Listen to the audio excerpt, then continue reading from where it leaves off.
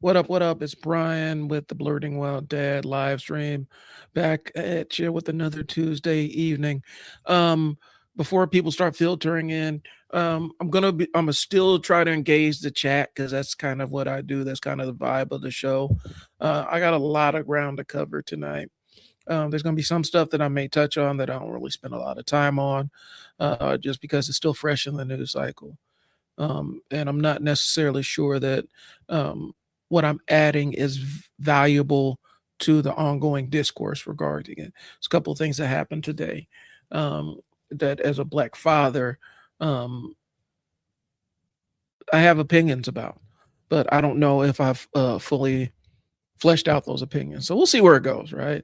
Um, if you're in the chat, keep it respectful. I will engage with you as long as we have some kind of underpinning of mutual respect. Um, you know, I'm not in the debate me bro space. That's not what my lane is, but I will discuss ideas.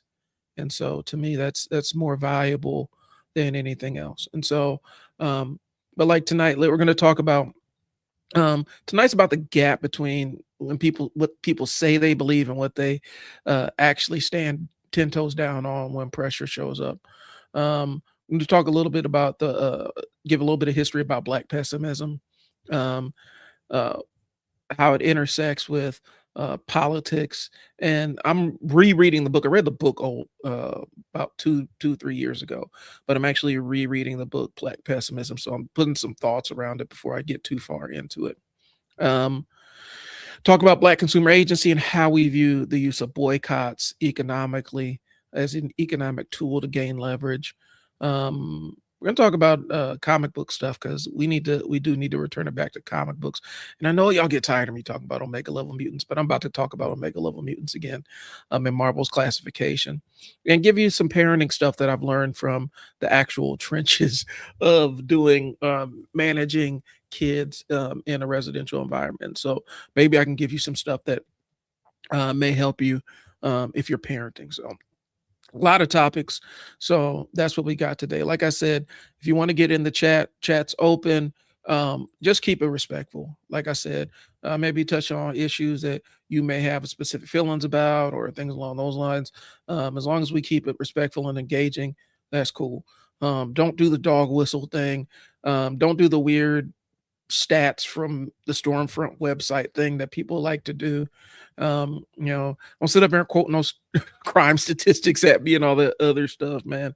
That's not necessarily useful for discourse. And more times than not, you're talking about um, out of context statistics. I used to, in my old life, when I was doing working with a lot of juvenile justice kids, I've been involved in the crime commission meetings. I know how FBI stats work, and actually had somebody break it down to me. And so um, that's all I got. So here we go. All right. So I'm not going to mention the case du jour. Last time I did it with Chud the Builder, I'm not going to spend a heck of a whole lot of time opining about the Carmelo Anthony case right now because I'm still getting my thoughts together as it is. And if I'm going to use my platform to speak on it, I want to speak on it where my thoughts are a little bit more coherent regarding that case. But I do have some other thoughts regarding this. And so it kind of goes into our segment at the top of the show. How fucked are we? Current events. So, hi, how's it going? Thanks for jumping in. Um, that's kind of our current event segment. And really, it's an opportunity for me to talk a little bit about the news and give my take on things. Hopefully, it's useful to some of y'all. Maybe it won't be useful to others. Okay. But what we're going to talk about is black pessimism, white leftism, and selective skepticism. That's a lot. That's a mouthful. I wrote that too. um, so we're going to talk about the book Black Pessimism. And like I said, I was going to reread it anyway. It's something I read a couple years ago. But sometimes you read something and you have other stuff going on in your world, and you don't necessarily take time to digest the words. And so I'm going to get back into it. Um, Favorite animal? Interesting. I'm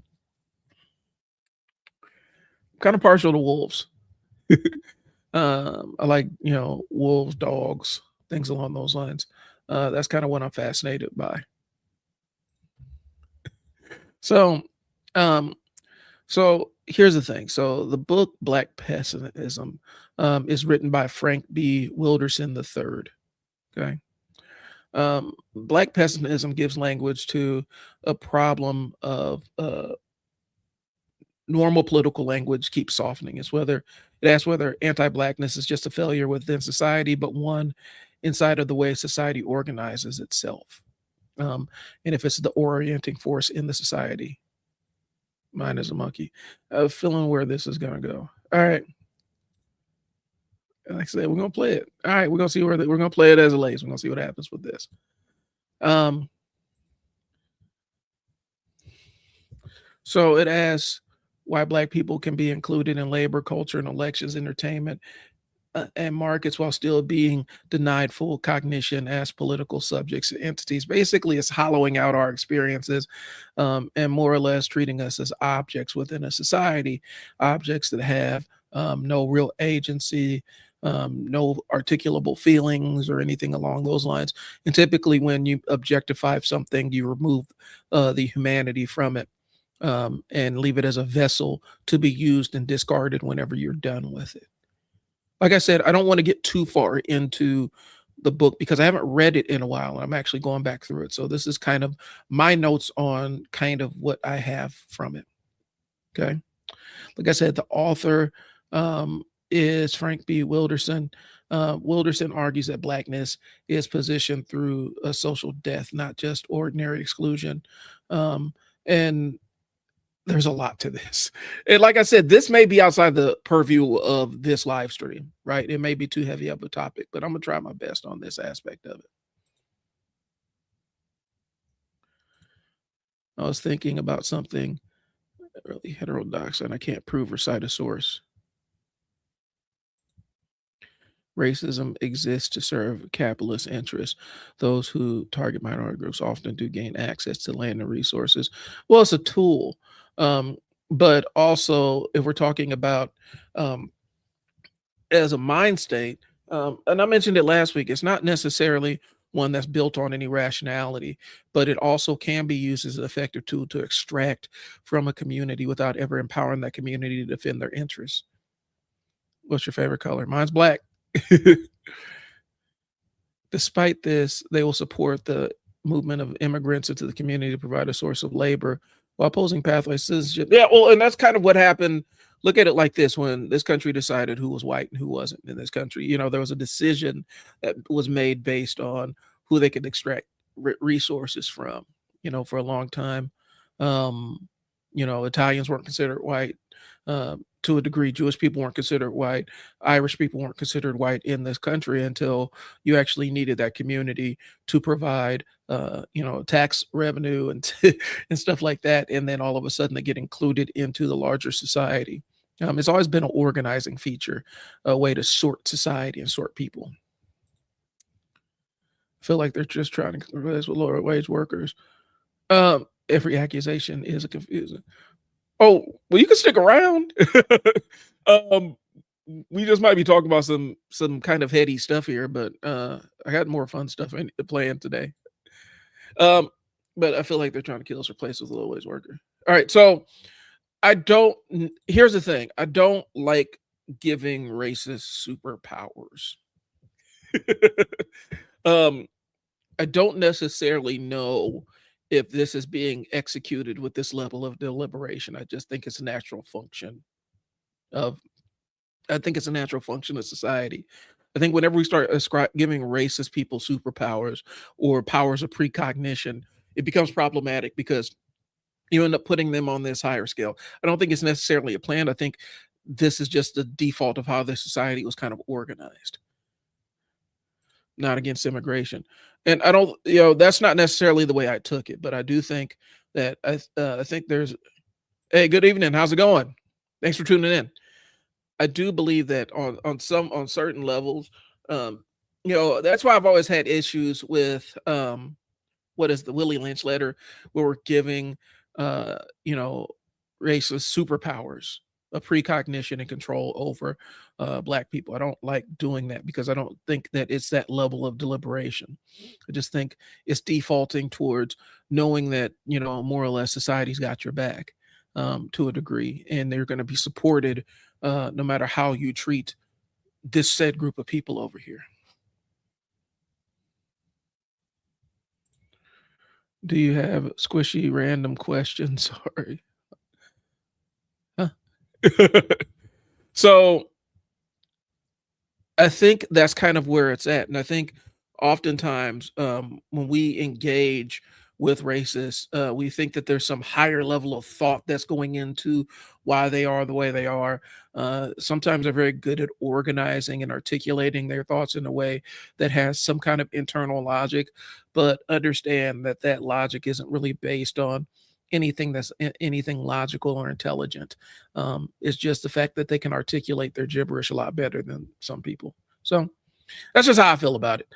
But yeah, I don't think that specifically it's an executable plan. I think this is just kind of there's knowing how the field lays, right? It's knowing it's kind of like using the sideline for defense. You know where the boundaries of the field are, and so you don't have to plan. You can just use the runway that's already there, and create the outcomes you want because you already know the lay of the land. You know how the field's laid out. Can't really prove what's happening on scale, but business does business at the detriment of everyone. And sometimes business looks like it defends the nation, but only because, yeah, well, the at the end of the day, because you got to look at large scale business, because there's a difference. There are levels to businesses, right? I would say so. Like I would say so. And that's probably a deeper level of conversation. Um, I don't necessarily find a lot of utility in the label, but yeah, that's where my politics that's where a lot of my politics orient. That's where they align to. So yeah, you can consider me left wing if you watch enough of my stuff.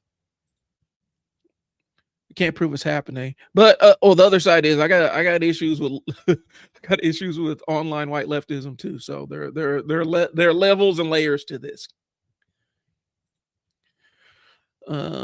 Yeah, business does business. It's just to defend capital. I do see that, but I think at scale, I do think that large corporations are kind of like parasitic forms that just feed upon the business interests of smaller businesses, and they will devour smaller businesses to keep their doors open. Like we're not all serving. And I mentioned this on another stream. Um, the idea of competition, right? Like this country doesn't literally like competition. Capitalism has not really been driven by competition for a while. It's anti-competition, if you're being really honest. Is about removing potential competition from the field before it even gets a chance to compete. And so when we talk about it, I think a lot of times large business interests, large corporate interests will absolutely cannibalize your individual mom and pop shops because they are competition on a smaller scale. And only by obliterating that level of competition are they do they feel like they're able to extract every single penny out of us. And America's ultimate corporation businesses will eventually eat America if we let it. And the crazy part is we're not supposed to really run this business. Like government's not supposed to be run like a corporation. That's one of the dumbest things. That's one of those weird ideas that just kind of came from, I don't know if it came from libertarian land or whatever, but this idea that government is supposed to be run like a corporation. Corporations serve to exist to serve their shareholders, according to Jack Welch. And governments are meant to provide some kind of buoyancy and keep people afloat and run and function for the people. And these two things do not align with one another. America's a brand. Yeah, I do agree with the idea that America's a brand, and we picked a shitty brand spokesman to run the show right now. Like, the president used to, before he was president, all he had was a terrible lifestyle brand that he was trying to affix to everything. And so, yeah, they've been doing that for decades. Yeah. Blockbuster was notorious for opening 2 stores close to an independent movie store to run them out of business. They did that to, I think it was Captain Video here. There's a couple of other video stores they did it too. Um, they run them out of business, and then they would offer worse selection of movies at a higher price point. That's the game. It's a filthy game. As a Scots person watching on the U.S. actually works, it's really scary how oblivious that your government, uh, obvious is that your government has been bought out. Oh yeah. Here's the thing. A lot of people here just do politics based on vibes. It's vibe-based politics, right? Like, who scratches the itch for me? Who scratches my anger itch? Who scratches my fear itch? There's some marketing concepts. They call it Life Force 8. It's called in a book called Cash Advertising by Drew Eric Whitman, one of the two. And he talks about the core drives that human beings have. And more times than not, you're going to find commercials tap into one of those core themes, like keeping up with the Joneses, safety, fear, and things along those lines. So they tap into real exploitable human urges and drives, and that's how they brand us. That's how they get us to buy stuff. Politics is no different. It's a lot of fear-based politics, and people make political decisions based on their more base desires, their deepest, ugliest desires. People ask for a source, but you'll never find a source at the media's own, like, capital. I do believe that. I do still think that there are independent journalists. I follow a lot of independent journalists. But yeah, media is still a game. It's still a capital intensive game. There's a specific reason why the news features specific news stories on their news. You got to take it with a grain of salt. I know that when I watch something on, because pretty much the channel we land on for news is going to be ABC. We know that's a Disney affiliate, and so we're always going to be seeing some Disney related product on Good Morning America, and that's just how the game runs. So it's being cognizant of it, but understand that a lot of journalists are still in it for the love of the game. They're still in it for the craft of journalism, but they have to bend and yield to what the bosses say at the end of the day. But people don't get into journalism just to I don't think a lot of journalists get into it just to lie and extort people or manipulate people. Some of them really do get in with the best intentions, but at the end of the day, if you're going to work, you still have to toe that line. Yeah. Very much transgressive charisma. I like that. Honestly, Coca-Cola government is what we call it. I like that one. Mamdani's a master at it. Yeah. Even most leftist sources, like Amy Goldman, are just libs. Here's the thing. I do think that these labels that we affix, this is what I was talking about a little bit earlier, the political labels that we affix, I do think a lot of times we do those out of convenience, and they're kind of political shorthand for what we think somebody's beliefs are, because, depending on, what we're talking about, a lot of times political beliefs are contextual if they're honest. There are limits to what you believe. For some people, this becomes a kind of a weird purity contest where you have to have the right politics, and they will align with literally anything just so that they can be on the right side of the argument in their mind at all times. And there's never any moral anchor to the things that they believe in. It's the same problem I have with conspiracy theorists, if you're being honest. A lot of conspiracy theorists, they'll believe in something and there's no moral anchor to anything that makes sense, and so they will just let the conspiracy theory take them to crazy stuff. And I think a lot of times people that don't really have serious politics, they're just in politics for the vibes. They just want to have the right position as opposed to the one that makes sense in the framework of life that they've experienced. If you go Maximum Linus channel, they're just liberals. Again, we have to define what is the defining line between what we consider a leftist, what we consider a liberal, what we consider centrist, what we consider libertarian, what we consider right winger. Like, what are the defining characteristics? Because a lot of them, if we're looking at sociology, you can look at a sociology book, and it runs into conflict with a lot of the general definitions that we use to label people politically. Just stuff we can't say. Okay. Streamer's getting his P transgressive charisma. I like that. I need to actually, I want to look a little bit more into the transgressive charisma. I like that. Essentially, we believe in idealism. We just end up being a liberal. Are liberals solely wrong for being liberal? I do think there's a labeling aspect of it, because there's an aspect of where we defined what a liberal was. And in a lot of cases, it's shorthand for optimistic dreamer who's ineffectual or whatever.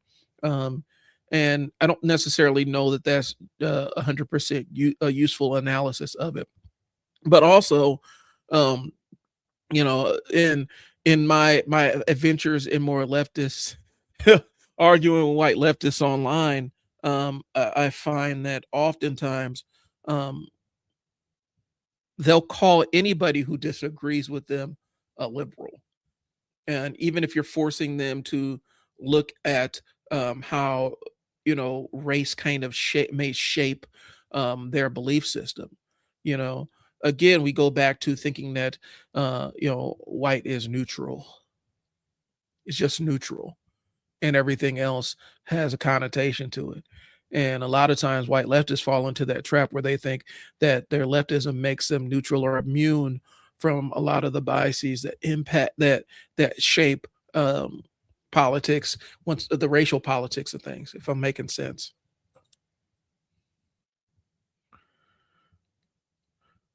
No, they're wiring for a material could well, I mean, I do think that there's a level of, like, for me, I would almost consider myself more of a pragmatist. Like, I'm a black pragmatist. I understand that you do need to challenge people on their thinking, and sometimes that challenging people and getting in their face is an uncomfortable process, but challenge people about their convictions. But I also do understand the need to coalition build. And so when I jump on, like, specifically Threads is where I was, when I jump onto Threads, and and a lot of it was about that dude. And this is a hot button issue. I'll be honest with you. The entire Grand Platinum thing was a really hot button issue on my Twitter, on my Threads feed earlier this week. When you scratch that, people got super defensive and were willing to shut down a lot of critical faculties in ways that were perceiving things just to lay down a line of defense for dude. And I'm like, okay, you can like dude. I'm not saying, you're not allowed to like Plattner and things along those lines, but can we interrogate some of the things that some of the questionable stuff? Because I feel like he didn't necessarily get vetted with the same degree we vet other politicians before they enter the national stage, if that makes sense.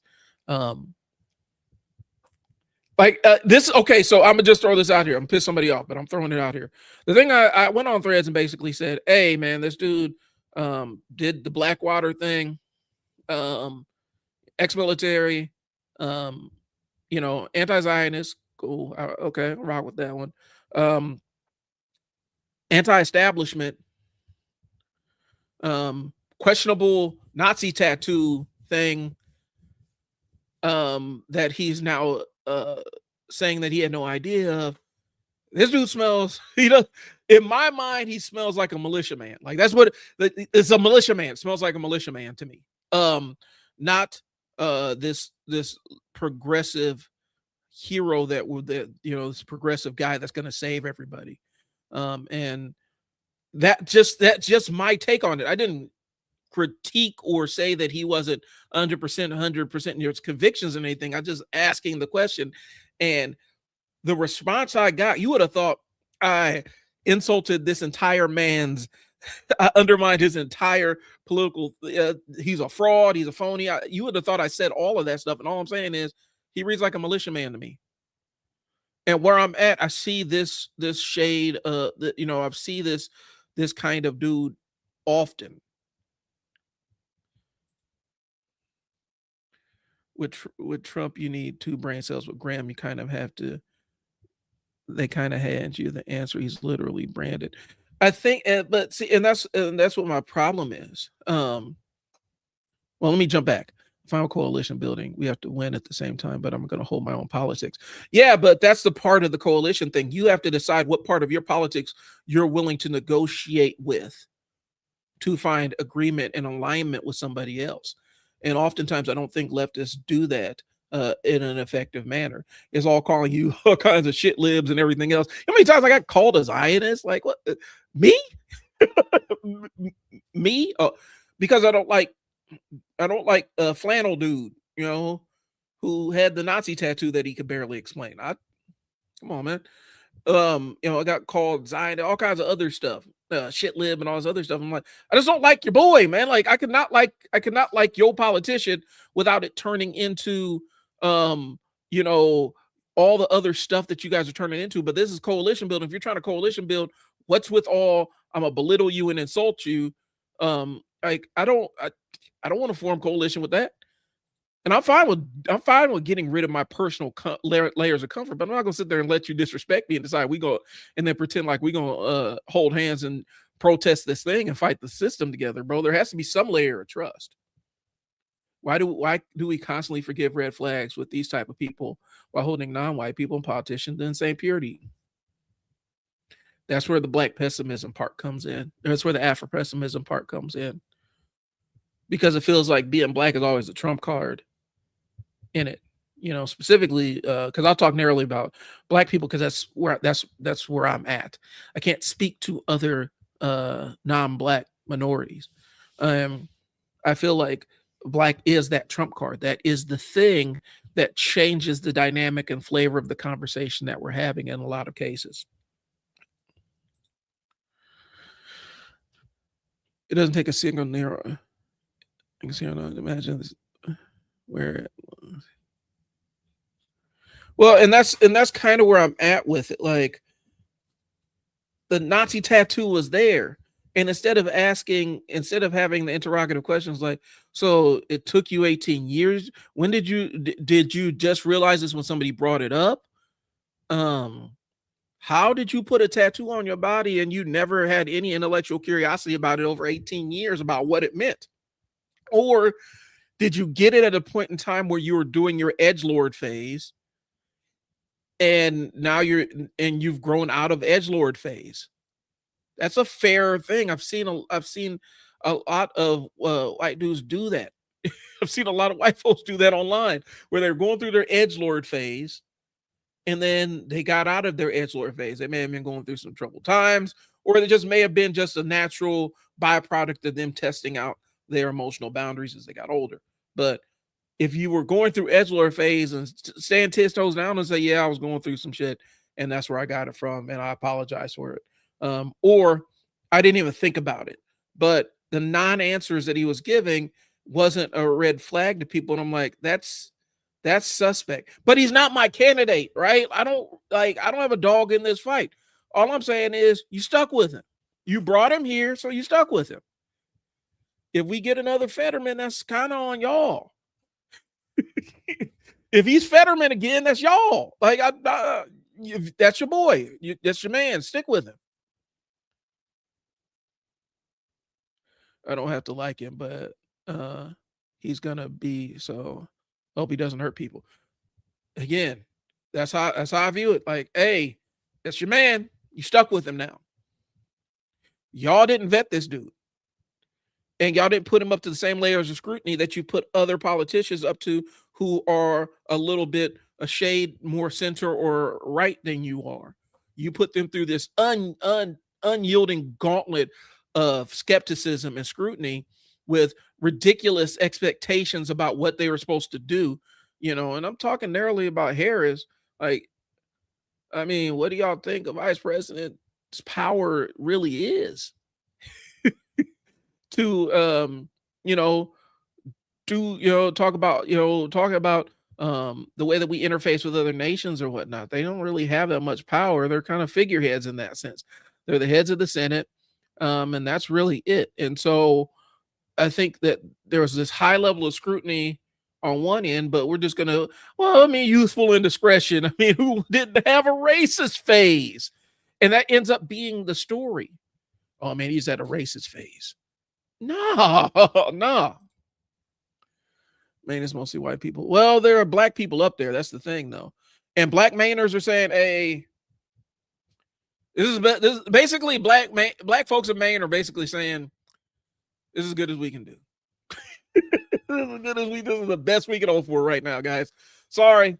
Yeah, we still got Stephen King up here though. With his problematic ass sometimes, but this is as good as it gets for us, and so I'm gonna defer to them on this. Well, they're prosecutors who promise not to prosecute, and then they don't prosecute and end up harming others. So I'd be concerned about well, this guy would be any different because in my mind, one thing doesn't necessarily have anything to do with the other. And I don't think prosecutors are opting not to prosecute. I think oftentimes it comes down to being smart about how you use that seat in office. Like I said, I've been on a number of youth crime commissions, man. I've done that work, and I'm gonna be honest with you. Locking people up and putting them in jail is not a deterrent for anything. It's never been a deterrent. Like putting people in jail has never deterred anybody from crime. And that's the reality of things. The people that are deterred from crime, typically locking them up isn't going to make them decide, well, I'm not going to do this. Now, if you are saying, I don't ever want to go to jail, that's a different layer. You're probably not wired, or you're not facing desperate enough situations to even make that calculated risk. But locking people up has never been a deterrent on any level, any way, shape, or form. And I think we're talking about reform, more prison reform, and the carceral state. Um, if locking people up improved crime rates, then we should be the safest country in the world because that's all we ever do.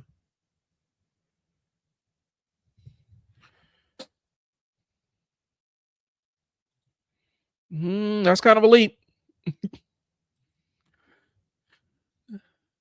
They got elected on a platform of not prosecuting, and they didn't. Uh, I feel like that's kind of a reductive way of saying it. I think the idea that locking people up first without seeking alternatives to detention is kind of where that goes. Again, the idea of jail and just incarcerating people at some point, because in my state specifically, um, the way the juvenile justice system is, I'm talking about juveniles narrowly, but it's supposed to be a real bit rehabilitative model, not a punishment based model.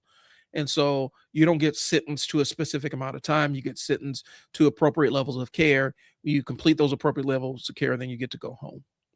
Okay. Um, if the idea is locking people up and never repairing the things that brought them in the door in the first place, all you're doing is just setting up a revolving door of people likely to recidivate. And that's kind of what happens. And so I think what's happening is you're seeing um, DAs specifically trying to talk about other ways to get to address criminal behavior because more times than not, when you look at the root cause of criminal behavior, it's not just this person wanted to go crime. Like that's not how it is. The biggest deterrent is giving people, yeah, any support and wages because you look at any city where they've addressed poverty, joblessness, and things along those lines. When they've run job programs, crime rates do go down. And crime, is kind of a lagging indicator of other weaknesses in your social safety nets.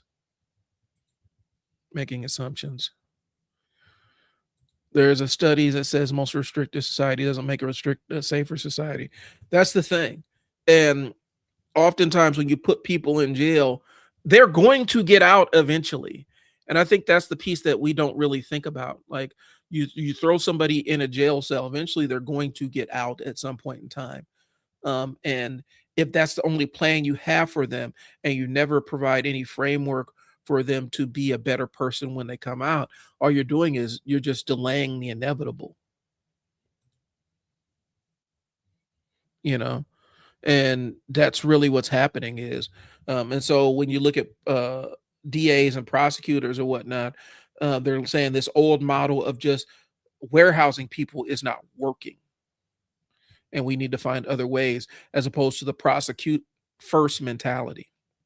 Now, Am I a complete abolitionist? No, I'm not.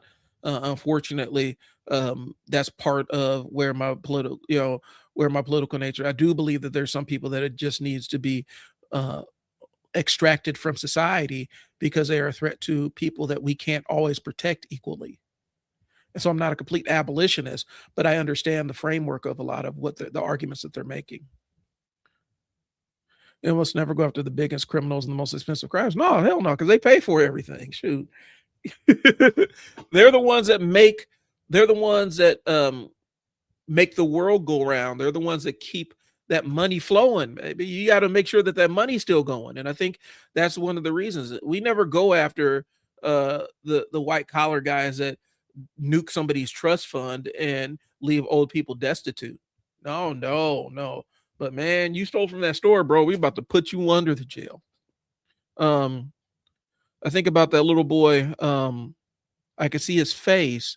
He got locked in Rikers um, for a backpack for being accused of stealing a backpack that he didn't steal. Got put in Rikers as a minor, and then he was held there for a couple of years because he didn't have the money to get out, and so you had this child in Rikers, and when he got out, he committed suicide because he couldn't readjust over a bag he didn't steal. I gotta pull his name up because it's not kid in Rikers over backpack. I gotta say the young man's name. Khalif Browder, 16 years old from the Bronx, sent to Rikers Island in 2010 after being accused of stealing a backpack because his family couldn't afford $3,000 bail. He was held in Rikers Island for 3 years awaiting trial, never convicted of any crime. During the time, he was beaten by guards and inmates and spent 800 days in solitary confinement. This is a 16-year-old child.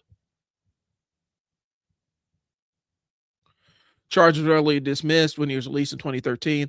Trauma he endured was incarceration, led to ongoing mental health struggles, and he tragically died by suicide at the age of 22. There was no reason for jail to even be in a solution for that because one, he's never convicted of any crime. Two, he was held in Rikers Island because his parents, he's basically debtor's prison because his parents couldn't afford to pay $3,000. And he's not here anymore. So I don't know. Jail is not the answer. Just warehousing people is never going to be the answer or the solution that we're going to go for. And I think when we're talking about prosecutors who don't prosecute, I do think that that's kind of where that falls. I think they're looking for other answers besides lock people in jail because that's the expedient answer. Specifically, if you never had to deal with if your family has never had to interface with the jail system in any way, shape, or form, it's one way. You have one way of beliefs, but a lot of times, if you actually had to interface with it on a daily basis, you would see where the gaps are. And I'm not necessarily saying that's the case. That is an assumption on my part, but you have a different perspective when you are at the mercy of the jail system because it's exploitive for the inmates because they're getting free labor out of them, but then also the families have to pay. The families end up paying into the jail system just to have access to their loved ones. And so it's an exploitative model. Younger people are criminal despite having less money. You're more likely to get robbed and killed by a black old head boomer or some Gen X Karen or millennial. Yeah, I don't know. I think we overblow crime anyway in this country because it goes back to what we were talking about with the news. It goes back to how we're talking about how the news is framed. It's framed for entertainment purposes. Crime rates are down. Violent crime rates are down in most instances. But since it draws attention to the screen, that's the thing that gets reported. On 24-hour news cycles, that's what gets scrolled across the bottom of the screen. How many people got shot in this thing? How many people got killed in this thing? And so we constantly get fed a diet of all the violent crime that's happening in the country, and we end up assuming that it's much bigger than it actually is.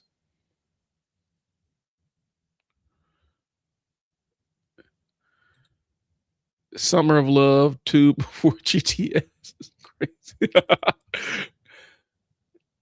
Not yet. Summer till 21. I didn't get that dog whistle. It's not about just the news conservatives profit off of fears of crime. Well, yeah, and that's how you sell people. Like that's a political thing, right? Um, like I said, how many political commercials are fear based? How many times are they shown images of where you could even look at the color palette of the commercial? Gray slate, sinister looking face goes across the screen, such and such is soft on crime, or you show the border. It could be the border, old stock video of the border from 2012 that they're showing, and violent criminals are coming to blah, blah, blah, blah, blah. That's how the commercials are constructed. They're tapping into your fear centers, they're tapping into people's fear centers. Um, and they don't necessarily have anything productive to say. It's just these people are coming to get your stuff. This politician will keep them from getting your stuff.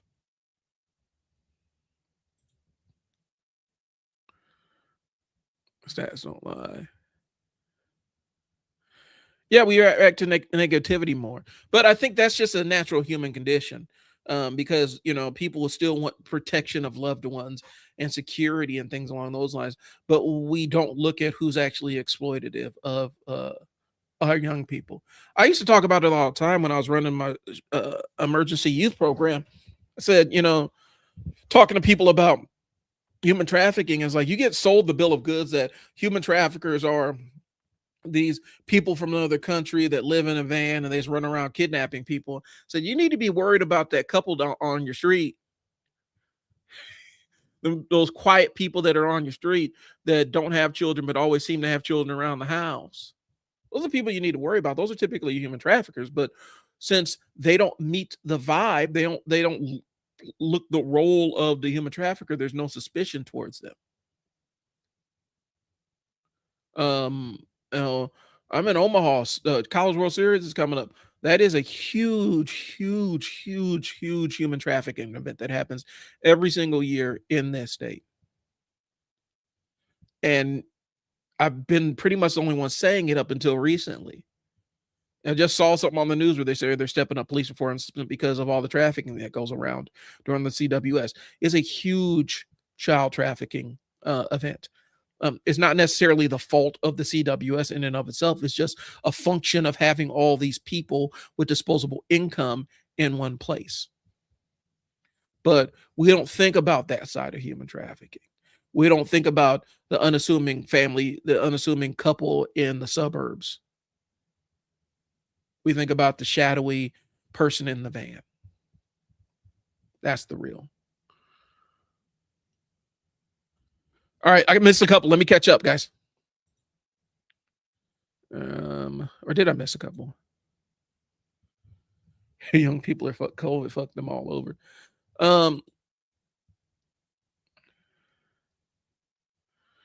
Last generation, to be fair. I don't know.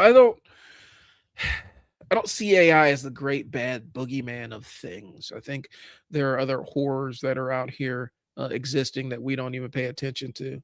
Um, you know, I don't think generative AI is the end all be all of all things because the data centers would exist.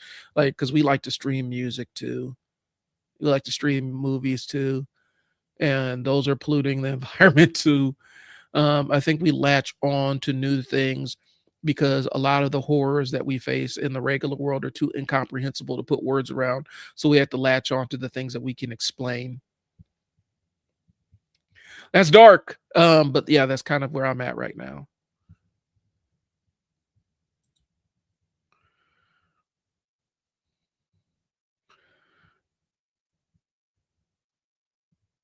As a bad thing.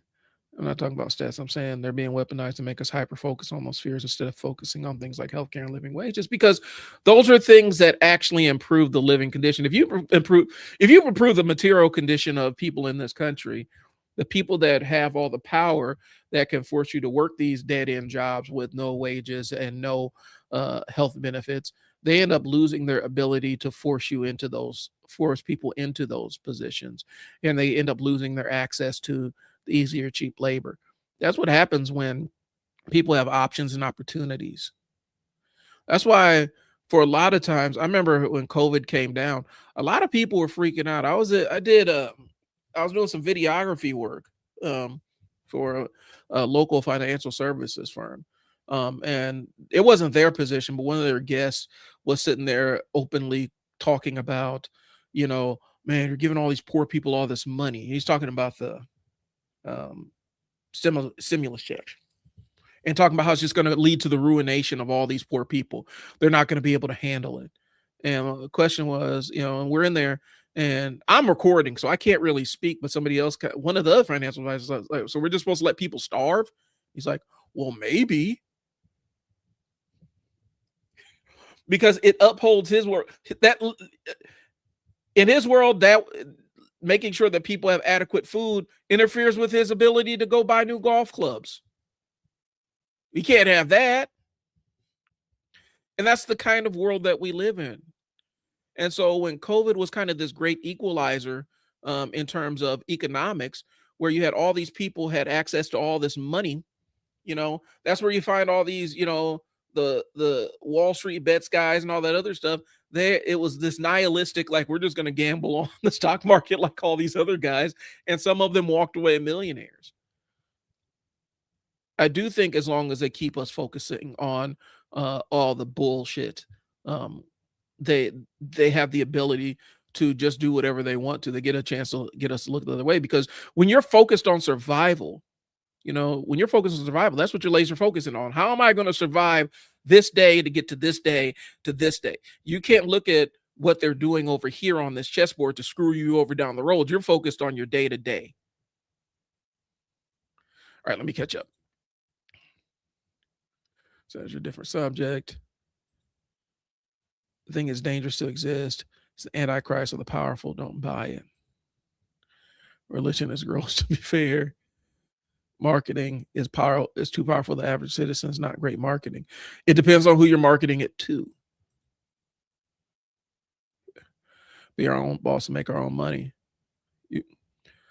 They're lying about the technology, what the technology actually is. There's going to be some layers I do agree, because I've been using some form of. I'm a tech nerd, and I work done a lot of tech stuff that's not necessarily tied to any business. It's just for shits and gigs, and I've been using some form of different forms of AI, artificial intelligence, large language models, and all the other stuff since the 20 teens. Like, this stuff isn't new to me. Just drunk type E. No, man, I'm with you. I'm with you. Stay with us. Stay with us. How much corporate national should get in subsidies? Right. A vast political debate. All right, so let me jump back here, because I got a couple of different threads here I want to talk about. How much should the international corporation get in subsidies? Subsidies are the free money that we give people, right? Maddie, you and I, we both live in kind of farm country, right? The biggest expense, the biggest line item expense in a lot of our state's budget, these and other things, is these farmers get. It is the most tax advantage gig that you're ever going to find. Farmers don't pay shit in taxes a lot of times, and that's not slandering them, but it's super tax advantage to be a large scale farmer. Now, if you're a smaller scale farmer, you absolutely get hosed on the proposition. But we give subsidies to all kinds of stuff, but we won't give subsidies to feed kids or house people, which is telling, because we have to keep people dependent. We have to keep people living on the edge to keep them under control. philosophical debate. Depends on if it helps your nation and state. I do agree with that. I'm a socialist of sorts. All right, let's go. If they can't, it can't replace us. It's not capable. It's not normative. Stress this. We remove the. We cannot waste water on golf courses. More water. I've actually talked about this with another friend of mine in the space. They're overselling. I mean, a lot of the stuff you see about AI is a hype job. They're overselling what it can actually do in a lot of aspects. It's at this point, it's still tool. It's still a tool, and some people are using it to shut their brains off. And that check will come get cashed at some point in time. But right now it's a tool and people are selling it as a solution, and tools aren't always the end all be all solution. And a lot of these tech companies are kind of finding out the hard way. They've oversold what these AI packages can do. At best, it can shorten the gap between a project getting started and a project getting done, but replacing a human being is a lot harder. They're even trying. I saw it on McDonald's. Like they're talking about McDonald's is using AI to, try to replace cashiers or whatnot. I was botching people's orders left and right. So it's not, the technology isn't there yet. Hell, they can't even get facial recognition stuff to detect black and brown faces the right way. So I do feel like we're being sold a bill of goods on that aspect of it, but it's a good news source and compelling news story. All right, let me catch up. Capitalism must go. Not everyone should be freed. I don't necessarily agree with that one. And housed. I think that there's a standard of living should be available to those that want it. Not everybody wants a house, but you should have the option to get one. You should have the ability and capability to secure one without having to auction off your firstborn child to do so. And I'm not gonna front. We got lucky. We got into our house in between two bubbles, and it helped out a ton.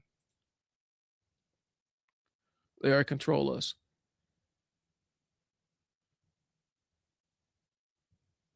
Is it weird I'm going too good? They don't need AI to replace us. Going back to the Bolsheviks. Okay, my chat is going other places. Cool. Guys, could I get on to my next thing? I'm still gonna talk. I'm still got some political stuff, but let me see what else I got on the agenda because I'm going far afield. I'm gonna say that good AI has problems with facial recognition. Like, I'm a camera nerd. It was a big deal a while ago to get chips that could actually color grade for black people. And that's a pretty recent development. A lot of time when you start dealing with algorithms specifically, they are built in with the biases of the people that program them. And so when they were doing a lot of the early stage facial recognition programming, they didn't have a diverse group of people in the room to code it. And so as a result, there's no diversity within how faces that can be recognized as human beings. That's a problem that's persisted in the development of facial recognition technology for a while. Because like I said, an algorithm is going to carry the biases of the people that program it. That's why facial recognition software is lagging behind. That's why the thing that scares me more than anything else is all these automated cars out here. I don't trust it. I don't trust people that drive. I don't trust humans behind the wheel. I sure as heck don't want to trust this robot that can't tell the difference between a black person and a speed bump. Cool on that, bro. That seems to be more of a threat, and I don't understand. Like, I'm already weirded out about the idea that we call somebody and jump in the back of a stranger's car. I think that's weird. But now I'm gonna call somebody and jump in the back of a robot's car. I've seen Total Recall, bro. The Paul Verhoeven Total Recall. I've seen how this story goes. I don't trust it. To me, that's the big threat that's looming. Just like black people. I was thinking of the police cameras. Yeah, that's what the problem is. That's, man. here's the thing: we have decided that we are a surveillance state now, which is wild to me, bro. Like, it's wild the fact that we're just cool. Like, yeah, man, I put a camera on my doorbell. You could see everybody that comes and goes in my house, and I signed away my rights to this doorbell camera just by activating it. That little dude come up to my door like, I could put a camera in your doorbell. No, the fuck you can't. I was like, is that camera attached to a server that's in my house? No, it's attached to our servers. We monitor that. I don't think so, my friend. But that's the level of surveillance we're comfortable with at this point in time. It's such a weird concept to me. Is dystopian. Yeah, I do agree about that. At regular cameras, that sucks. AI policing is an absolute fucking disaster, bro. If you really want to get a dim view of society, look at what Palantir has been rolling out with, because if you don't know the kind of the history of Palantir, a lot of it was that I don't necessarily think it's assistive. Me and my friend, one of my business partners had this conversation earlier today. But anyways, kind of a predictive model that that PayPal had kind of created, where it could detect fraud through a bunch of different predictive stuff or whatnot.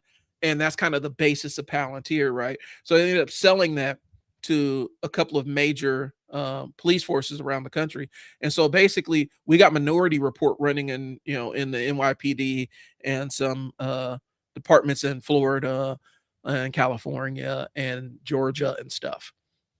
And they're using this predictive AI to determine who's likely to recidivate, where the crime's going to happen, and all this other stuff. That's what's driving a lot of this. That's what AI policing is. We should absolutely be shocked and horrified that it exists. We should be shocked and horrified. But we're not. We're talking about people whipping up bad social media posts on AI. And AI drone warfare. The fact that they were mad at was it Anthropic, because Anthropic didn't want to turn over their model, the program drone strikes and kill people. Like, they're like, nah, we don't want to do that. And they're like, oh, you're kicked out of the government. You could never have a government contract again. And Anthropic's like, what? Yeah. You got to let us take your AI model and use it to kill people autonomously with no people in the loop. AI police cars scare me. Don't worry about that. They already have AI on your police force deciding if your likelihood of being a criminal.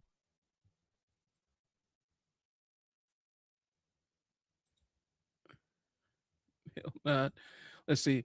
We can have Timu then got a total actual dictator. Yeah, I actually do agree with that. We have gone full blown surveillance state.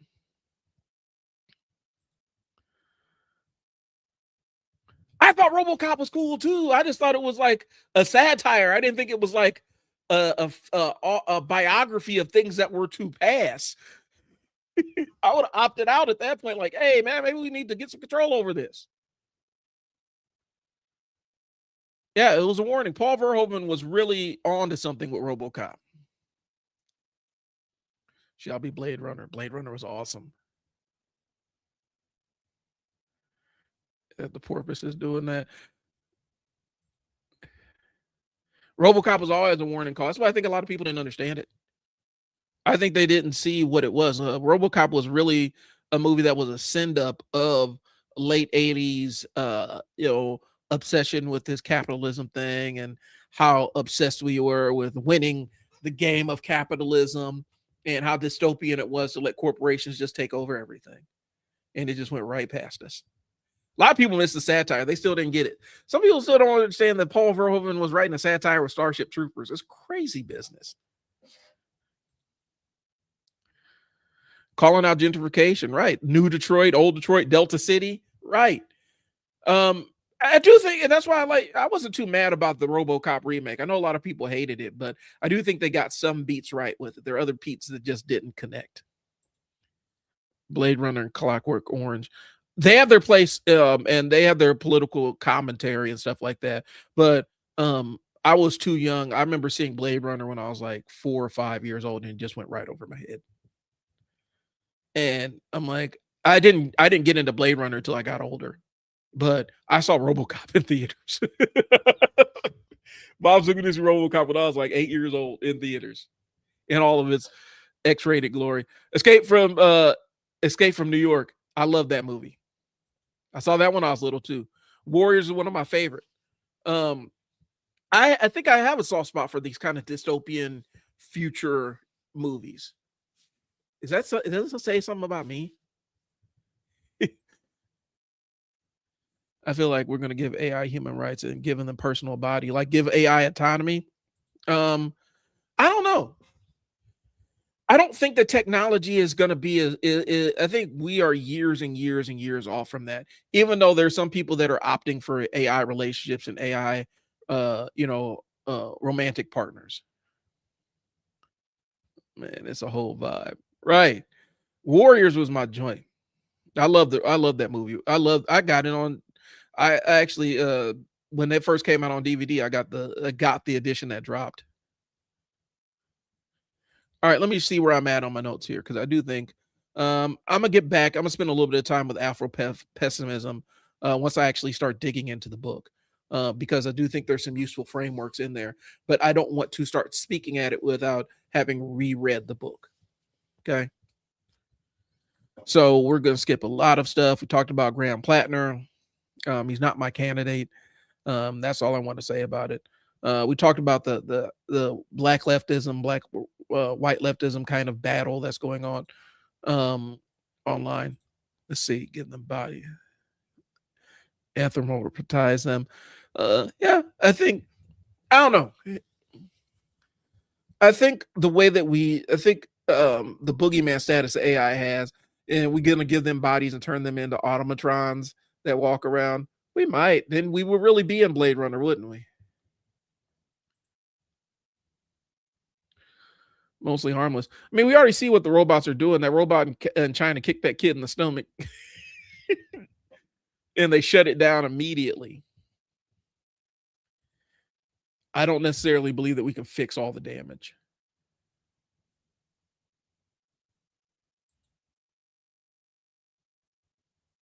Say fuck Hassan. Fuck he called me.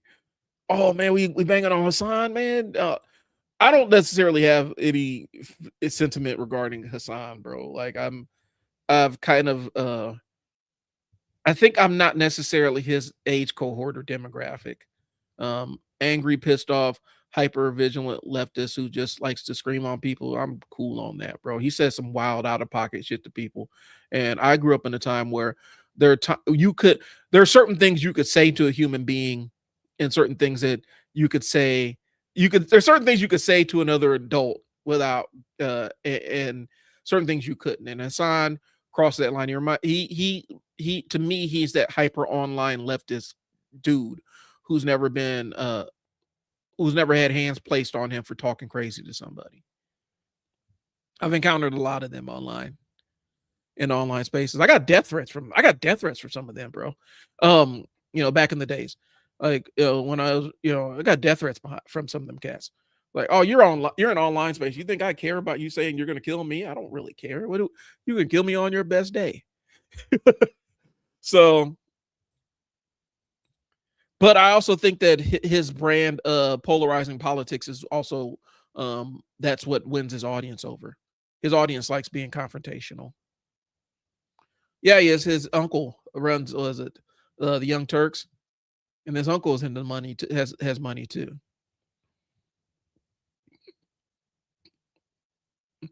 All right, so I'm gonna get past a lot of this stuff. I wanted to spend a little bit of time on the DC So White protests and kind of what happened. I don't know the 100% backstory of that. I was all down for it, and not pulling any DC books until we got some black character. Like it's been like, was it 2100 days since they've had a mainline black character? Before it was like 9,000 days, and even before that we were talking about a number of years. And it sounds small, but to not have a main, like the reason why I got into comic books, like that's My mom taught me how to read using comic books, and she would buy like Black Panther and Luke Cage, and I have a Black Lightning book, one of the earliest ones and stuff. She was really big about me seeing myself as the hero in the stories at times, and I think we miss a lot of that. And so that's why to me the protest mattered. And I do think that there is something to be said about how because mass media is only going to do what mass media does, right? Like we're not, mass media isn't going to be this winning force of was not going to win the revolution for you. At best, it's going to try to placate the masses, but at the same time, we all need distraction. We all need entertainment sometimes, and there's a Black comic book audience, and we buy comic books just like anybody else. And people say, well, if you want more Black comic books, Black people need to go buy comic books. We're buying the comic books. We're not the ones that are buying the comic books, right? We're not buying. It's not us that aren't buying the comic books.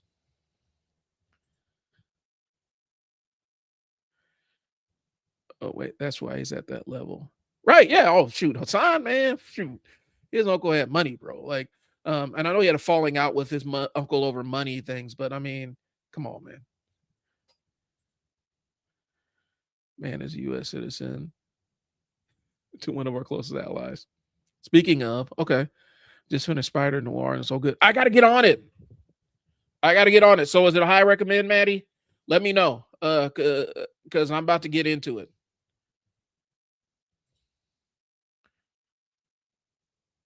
Shoot. I actually have it, and I actually looked at it and right after the stream last week. I actually had to pull up I would have to pull it up.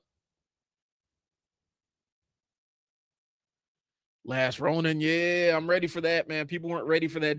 The Last Ronin, bro. I'm down. That I'm excited about that, bro. I think I like the old grimy TNMT stuff, and what they did to my boy. Like it hurts me to see what they're doing to my guys, but like I remember the IDW turtles, bro. Like there was some dark shit. Like when they broke Donatello in half, Jesus. So I'm down for the Last Ronin. Yeah, oh yeah, this is Destro, bro. I saw this online, instantly had to cop it. Bit of a slow start. All right, but wanted second season so much. I'm hoping, I'm crossing my fingers. My grandma's 89. It still wants the second season. I want to see it. I'm getting it started hopefully this weekend. I had a couple of different things pop up, but I really do want to get it started. It's on my list to actually start powering through it.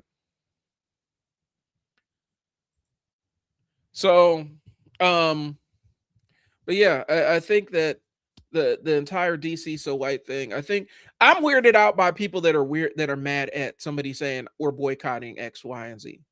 Because I'm not, when people say we're boycotting, they're asking for Black people to boycott DC Comics, and more than just Black folks, they're asking people to boycott DC Comics until they actually gave Black writers and a Black team a book that's viable. Because they let that Green Arrow book cook for a long time. Even Scott Snyder said that book was kind of a failure, and they let that Green Arrow book cook for like 13 months with support. And a Black book will get started and it doesn't get any support. It doesn't get the same level of support to that Green Arrow, like that Green Arrow book that never found an audience. And that's all they're asking for.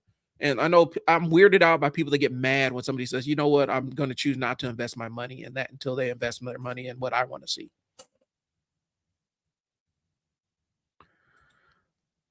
Thank you. Okay, I got you. Robbie Robertson, UI. I know what happens to Robbie in the comic books. So, in the Spider Noir comic books. So, yeah, that one scares me. um, let's see. You said Robbie Robertson UI, or I'll do. Let me type in Noir. See if that works.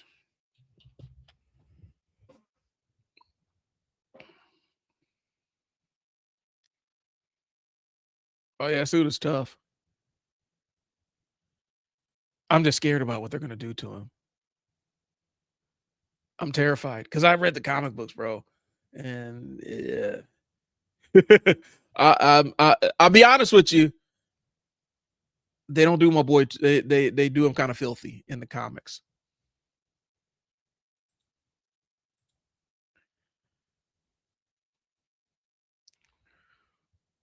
And I hope that's not spoilers for anybody. I really hope that's not spoilers for anybody. But yeah, in the comic books, they kind of do Robbie kind of filthy.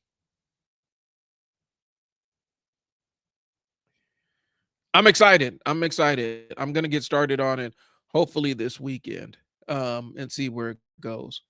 But the comics, I'm hoping that they kind of balance because the comics were super dark. Well, I mean noir. I mean, there's going to be so much you're going to do with the concept of noir, but the comic book was like bleak and depressing. So we'll see what happens. Let me look at the suit.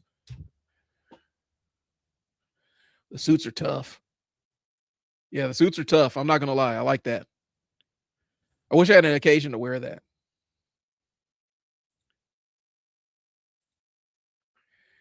He might be the best dressed person in the entire MC. Hey, if he beats, he's got competition, man. My boy, Ben Grimm in that Fantastic Four First Steps movie. Ben Grimm had that shit on, like he was clean the entire. I'm sitting there watching the movie. My wife like, yo, Ben got that shit on, bro. Like I'm trying to figure out where the trench coat and everything. Like I need that. I need that in my collection.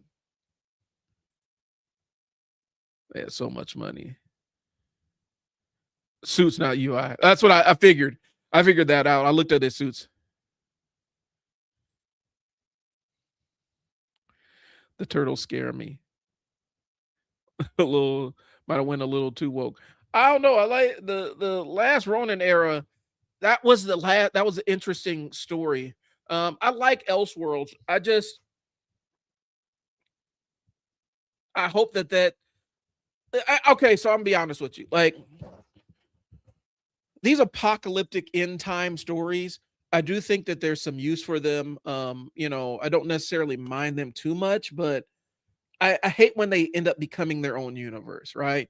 Like, I remember, when the movie Logan dropped, and then all of a sudden there was this big rush to add more additions onto the Old Man Logan story, which we don't really need.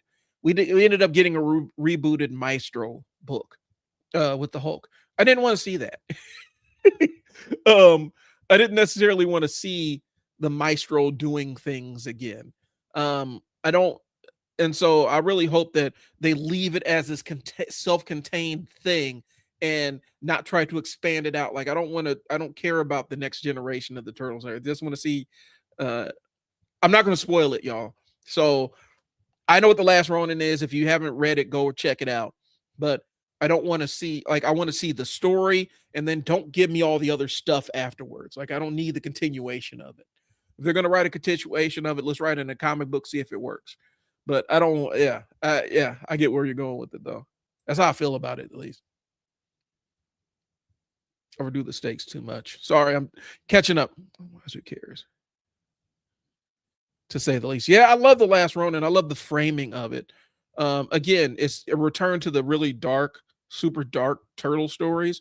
And nobody's safe. Nobody's safe.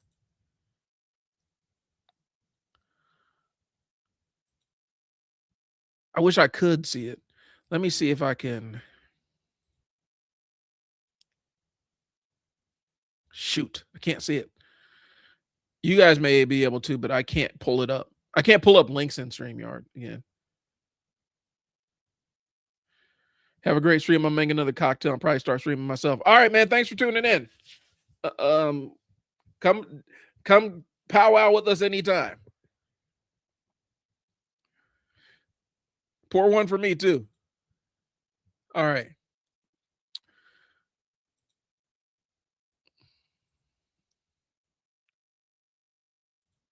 New trailer. That's the last Ronin.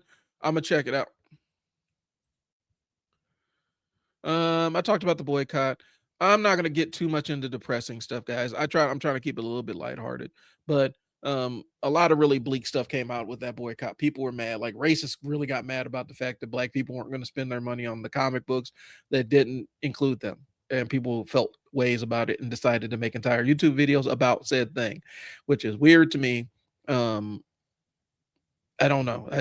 It's always been weird to me where people decide, hey, I'm not going to invest my money in this thing uh, that doesn't represent me, and people get mad at you about it.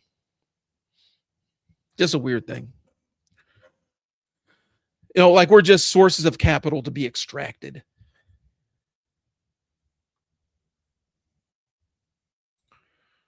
It's being made by the Ninja. Oh, Ninja Gaiden. All right, let me check it out.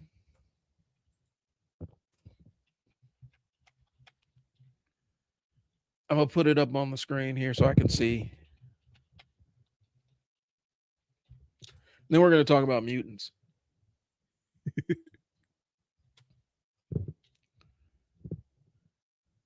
Let's see. Movie.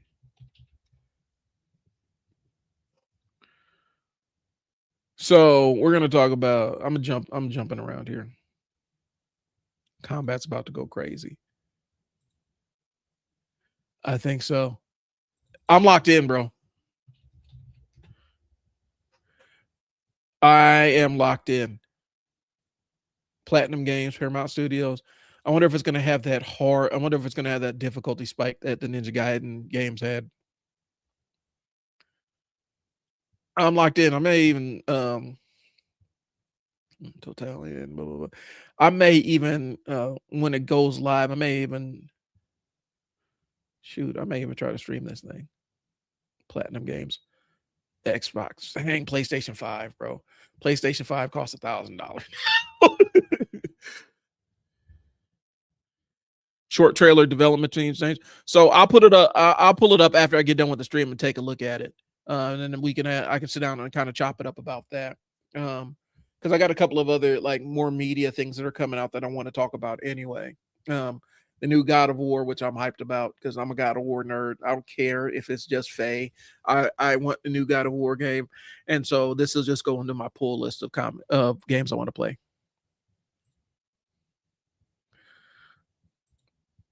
All right, so I'm gonna check it out when we get done. Where are we at? I'm trying to see where we're at on my thing. Real quick, so I don't know who here has like been following like the Marvel, like where they're going, like the absolute lack of direction in the Marvel Comics universe regarding the status of mutants. They just wrapped up the Storm series. XX Caliber, I'm calling it now. All right. I'll take that bet. I like that. So we're just getting like I feel like X-Men specifically are in this weird holding place until Marvel decides to have its next big crossover event and they decide what to do with it, or they release their next film. And the X-Men books have been kind of stagnant. So I'm kind of going back in the lab and reading some of the older Krakoa era stuff. And one of the things that stuck with me with the Krakoa era that was really frustrating was how they redid the classification of Omega level mutant.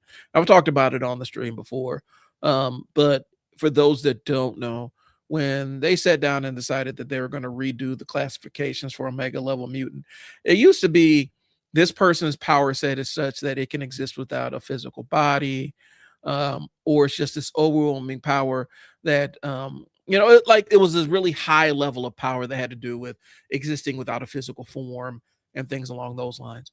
And then it ended up in the Krakoa era, they said, how do they put it?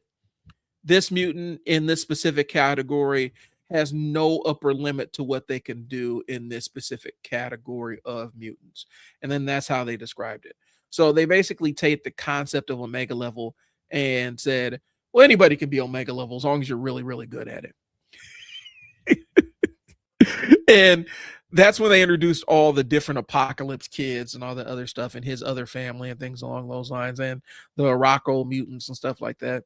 And it really muddied the water of what Omega level is.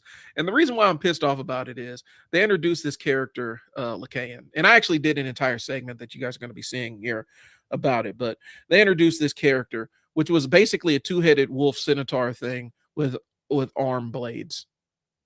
And they're like, this is an Omega level mutant. How? Well, they're like, well, it's the same kind of mutant that Wolverine is. Oh, okay. So what makes them Omega level? Well, they're a great debater. and they have healing powers. Like, that's not an Omega level mutant. And so I wanted to spend a little bit of time talking about how they nerfed the entire term of Omega level mutant and just completely watered it down, and made it something that's not. It's kind of like the concept of the evil Superman clone. Like, you can only go to that well so many times, right? Or the evil Batman. There's only so many times you can respin that narrative before you have to start coming up with new stories and ideas. And so I'm gonna pull a K and I'll put him up on the screen. And Lacan isn't like Lacan isn't the one I want to pick on, but just endemic of the larger problem that they introduced in the Krakoa era when it came to mutants and mutant classifications. One, I think that they just drew this character and said this character looks really cool, and that's as far as it went. I think they said this is a cool looking character, and then that's it. I don't think that they put any other thought into why this character needs to exist. That's just my take on it. Um, I don't think that it went any past that. And they said, okay, we drew this character, we need to do something with it. All right, so we're gonna make them an Omega level mutant. They live on Araco, and they are really good at debating. And Lacan is not the only one with that name in the Marvel universe. There's plenty, but it's Lacan Two Wolves, if I'm not mistaken. Like I said, you made a pretty cool looking character. Um, I don't necessarily know the function of said character, what they're supposed to do, but the way that they put him in there, he looks cool. But then when it's time to have him stand up and do stuff, it's a one shot. Like, he got one shot. They one shot his ass. Like, that was it. He just popped up in the books, and then one shot, dude was out the paint. I'll show it to you. X-Men Red. I think they came up with this fantastic looking thing and said, this character looks awesome. We're gonna make them an Omega level mutant. And there's no defined power that qualifies them to do this. Regenerative healing factor, enhanced senses and all the other stuff. And they said a good debater because they have two brains. They're just making shit up. And I know that's the nature of comic books, but really, we're saying that this character is an Omega level mutant and Iceman is an Omega level mutant, right? Well, I get Iceman being an Omega level mutant. They have plenty of demonstrations of Bobby's powers in that context. The most we see out of this character is they're in a panel looking cool and then they get shot. And the other side is, I'm pretty sure that they stole the idea from the werewolf game, from the NES werewolf game. And you have to be an older person to know what I'm talking about. But there's an NES werewolf game. And there's no way that this character wasn't inspired by this NES game. I basically forced my mom to buy this game for me. There's no way in hell. There's no way that this character was not inspired by this weird ass werewolf game that just came out of nowhere, where you had a werewolf with arm blades. Like, that defies logic that somebody said, I got this in the tank, y'all watch this. And they just whipped out this character out off the rip, just off the top of the head, like, hey, boom, there it is. I begged my mom to get this game, bro. Like, mom, please, I must have this. Cause I saw the box art and I'm like, yo. I saw the box art and was absolutely completely blown away by it. Like, I have to have this game. And that's when they could like lie to you on the box art and tell you that the game is about one thing and it's really not. So yeah, that's the werewolf game. It sucked. It sucked. I had two brains. Once I saw the arm blades, I'm like, this is like, yeah. I had to admit it because I actually fought it because I played it. I'm like, I tried to optimize for it and say, okay, this is good. And the game sucked. It was terrible. But yeah, werewolf, the very last werewolf. That was the game. NES used to trick us that way with some of these games, bro. Some of these games are absolutely just cheeks. And they tricked us with box art that looked like this. Like, imagine being 11 years old. Imagine being 11 years old and you see this. Like, you see this. You're 11 years old. Let me open this on a new tab. You're 11 years old. You're walking, like, I'm in Baltimore visiting family. Share this tab instead. I'm in Baltimore visiting family, and I see this on the shelf. There was no way in hell that I was not going to get this game. There was no way. There was no way. There was no way I was going to leave that store without this game. And I put in, when I finally got a chance to play it at my house, when we got back, it was terrible. It was difficult. It didn't make any sense. It was a platformer. You were barely a werewolf. You had to do all these levels. It's kind of like Altered Beast. Yeah, it was kind of like Altered Beast, except it sucked, and that was it. But I'm certain that this Two Wolves guy is based on that entire werewolf NES game. There's no way that they're not. There's no way. It defies logic. You don't have. There are certain thoughts that didn't exist without being inspired by something else, and there's no way that the Two Wolves guy existed without. I just don't believe it. I don't buy it. But yeah, Nintendo, Data East, bro. Data East was responsible for a lot of abominations. And the ending of the game was the werewolf holding the the other side is it came with a comic book. I think that's how they wrote me. I really do think that's how they wrote me in. Because I remember this comic book. It came with a comic book. And maybe that's how they finally got me. Like, yeah, we're gonna put a comic book in here. I think that's how they got me, as a comic book, because I remember the game had a little comic book inside of it. I'm like, oh, like it was speaking to me, and I'm like, Mom, you got to get this. And so she decided that it's easier to just shut me up and give me this stupid game than sit there and listen to me complain all the way back to all the way in the drive all the way home. This game was trash. It was so bad. It was so bad. It's bad enough where I might actually see if I can find it and play it on stream. Just because it's one of those old Nintendo platformers that just came out near the end of its life cycle. And they just tricked everybody. Like, they tricked everybody into thinking that this was going to be good. Like I said, it came with a comic book, and it looks like the name was Warwolf at first, but the port ended up becoming Werewolf: The Last Warrior or something like that. Yeah, it was really bad. It was super bad. All right, I've belabored that point.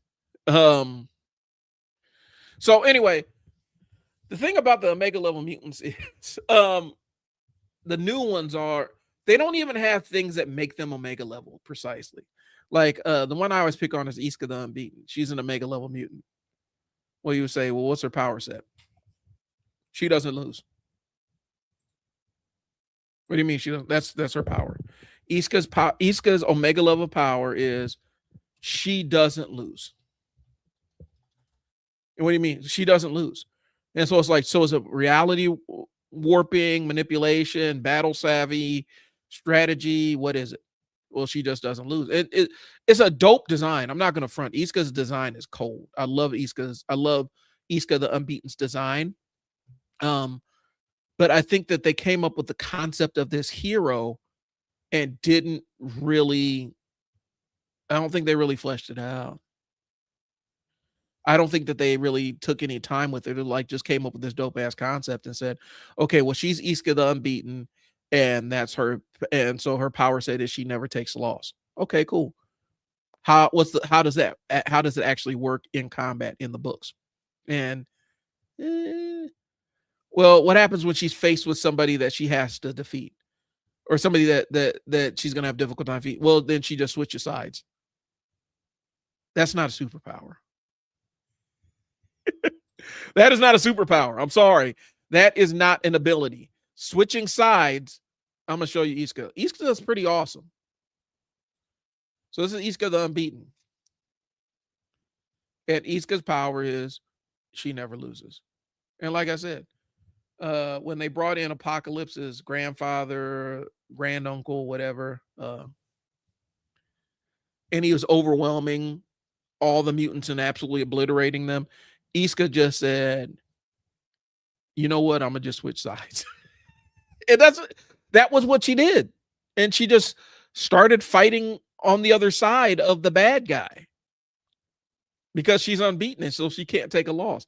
It's the dumbest power set. That is not a power. That is not a mutant ability. That is just making a business decision. Her power is making business decisions, but doesn't make somebody an Omega level mutant. So I think that's what plagued that era of the X-Men. Sorry, I'm all off my outline here, y'all. So Omega level used to feel like a category for mutants that transcended normal boundaries and stuff like that. But now it's just, do we have somebody who we want to say is super powerful without really clearly defining what makes them super powerful? We're going to call them Omega level. I remember there was a Sobanar of the Depths, and Sobanar of the Depths was a living ocean ecosystem in a body. And that sounds good until you actually have to explain what that power actually does. And they couldn't, but they were an Omega level mutant.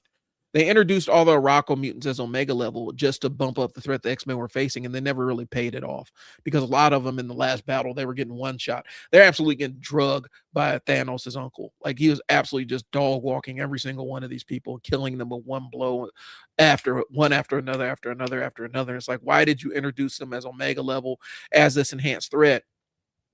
And they're absolutely getting dog walked by one guy. One very powerful guy, Uranos, one guy that's very, very powerful. You know, he's an Eternal. He is kind of the progenitor of Thanos, but come on, man. He's dog walking these people, and you're saying that he's an Omega level mutant. He went toe to toe with Legion, and got stalemated by Legion. But Legion even had to retreat off of that. But these Omega level mutants who are supposed to be all powerful, an entire nation of Omega level mutants, they're absolutely getting obliterated by this dude. Like, he's not even struggling with them. It's such a weird thing. And I think that's where the entire Araco Krakoa saga started falling apart from me. Just kept moving the goalpost around, right? Used to be Storm, Magneto, Exodus, those guys, and then Iceman, who else? Who am I missing? Jean Grey, those as a mega level. And now we're just introducing random people that have cool designs that are a mega level. And Marvel kind of destroyed the category. I hope at some point they redefine what it is, because I think they even got so far in the weeds. They're like, well, Franklin Richards is no longer an Omega level mutant just randomly because we decided, because it was convenient for the plot. And then now Franklin Richards is an Omega level mutant again. It just didn't make any sense. So anyway, last thing, we'll do Ask a Dad and wrap this up because I've been talking for a minute and I'm kind of losing steam a little bit here. So one of the things I learned when I was running my group homes and my residential shelters, one of the things we had to work on with my staff was transitions. And transitions are the time in between events. So a natural transition in my shelter was we're finishing up dinner and heading into chore time. And typically those transitions normally brought a level of uncertainty to the kids in the program. And that's typically when we saw our worst behaviors, is during transition times. And so the thing I was big about with the staff is ritualize the transition. Make the transition something that has a sequence that you build up to. It happens and you plan all the way through the entire transition, and you can minimize behaviors. And I found that to be useful in the frame of running the programs, but then also dealing with my ADHD and ritualizing the transition times. And because that's one of the things I have a very difficult time with, is shifting gears. Like right now, I'm dragging this live stream out just because there's a transition involved where I have to transition to being done with my live stream and go off with the rest of my night. and that puts a little bit of anxiety in my heart, to be honest with you. And so, by having a ritual that goes along with the transition, it makes it easier to shift from one task to another.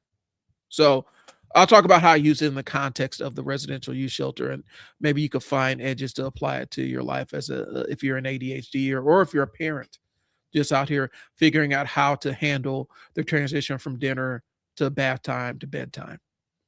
Okay. So a lot of behaviors with kids don't happen because the next task is impossible. It happens because the transition is unmanaged. Kids struggle in the gap between activities, and ritual gives that transition a little bit of structure. Okay. So when we talk about transitioning, that means just from moving from one activity to another. Um, and that's typically, I'll tell staff, you're going to see fights during that gap between chores and between dinner and chores. And so what I did was, okay, so this is what the schedule is. We have dinner. Dinner, we move into the house meeting, and then the house meeting, we instantly go in the chore. So there's no gap. There's a step between each way. Don't vary from this. If you vary from it, you're going to have problems. And the days that wasn't the flow, that's when we had our fights. But we made a ritual out of it, so the kids know what to expect, what's coming up. They're prepared for it before it happens. And I think there's some utility in using that in your homes, where you're working, if your kids have a very difficult time transitioning from bath time to bedtime, build a little bit of a routine, a micro routine that happens, that you guys get to pick out the story that we're going to read. Okay. You get to pick out your pajamas, for us, it was, making sure that everybody had brushed their teeth, put on lotion, put on the right pajamas and stuff, and then have a story in between. And so there was steps and sequences between, so that when it was bedtime, we never really had massive behaviors, because the kids just kind of expected what was coming up. And I think that there is utility in ritualizing those steps in between. So that's what ritualizing the transition is. Now, for an adult who has a difficult time with transitions, typically, if I have a routine established with the transition, it makes life a lot easier. My normal routine was take the kids to school. On the way back to the house, I'd stop by the gym and work out, because the drive from home to the house was a transition. And in order to keep myself from going astray, that's what I would normally do. I would drive to the gym. That was part of my routine. And on the days where I didn't have my routine, my day was kind of screwed. Okay. So the transition wasn't movement. It wasn't just movement. It's an emotional handoff. We're asking the kid to stop being one version of themselves. You're asking yourself to stop being one version of themselves and become another version like that. And you have to build in the transition to that piece. Okay. That's where bedtime goes left. That's where your routines and your habits kind of fall off the tracks, because you may not have a ritual as you switch from one task to another. Okay. So talked about the group home, talked about the ritual side of things. Um, Bedtime should not start at bedtime. Bedtime should be a step, a sequence, a series of steps that lead up to the event of bedtime. So by the time bedtime gets there, you've filled all the steps, and you've left no room for behavior or errant behavior. Okay. It starts before we start asking kids to go to bed. Okay. It starts after dinner. After dinner, clean up. You guys get ready for a bath, shower, whatever. After that, we pick stories, pick pajamas, and then we go on with the process of moving to bed without a lot of gaps in between. So the transition isn't just abrupt shifting from one thing to another. Okay. Let's see. So a lot of times, and the reason why that's so important is because oftentimes, um, as parents specifically, we are conditioned not to address things until they become a problem. And then when it becomes a problem, that's when we want to give attention to it.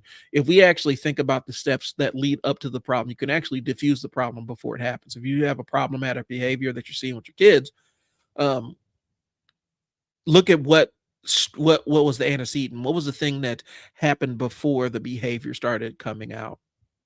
Okay, what steps could we have taken to forestall this behavior? And what lesson can we extract from that? And so that's really what it is, guys. It's just like I said, ritualizing the transition made my life a lot easier to manage kids that were considered ungovernable and unmanageable. So hopefully you guys get a chance to use that. All right. So that's all I got tonight. I've run a little bit long. I've meandered, talked about a lot of different subjects because I haven't ritualized my transition from the live stream to my regular life. So I do appreciate y'all tuning in. Thanks for tuning in. This has been Blurting While Dad. I will talk to y'all later. Peace.